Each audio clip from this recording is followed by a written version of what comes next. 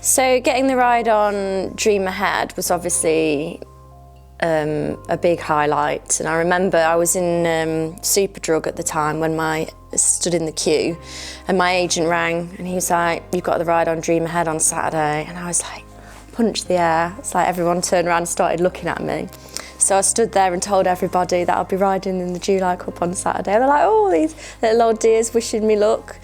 So yeah, it was great. I think for me it was like, you don't make such a big deal about it when you're actually in the race, and it's like you just have to ride it as any normal race. And I think that that's the way to, you know, keep a cool head, because just because it's a Group 1 doesn't mean you ride any different to what you would do if you were riding, you know, in a cell around Wolverhampton. So I think the Simcock team were a big help, because they're, you know, enjoy, told me briefly what to do, but there was no major pressure.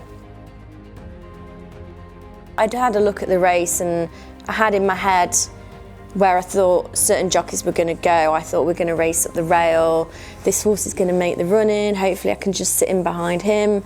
And actually how I'd had it planned in my head, usually it doesn't go that way. There's always like something different happens, so you have to change your mind, but it actually pretty much did just kind of fall as I expected it to. They're off. They get away as they come out of the going through the race. It was like anything that happened in the race, I could have, because my horse was travelling so well, I thought I can just work around it. You know, if I've got to wait a stride longer because there's no room, my horse is going to get me out of that trouble. And you know, it was just, when you ride good horses like that, it's actually easier to ride a race than it is riding a selling plate around Wolverhampton, because they get you out of the trouble. And the difference between driving a Skoda and a Ferrari.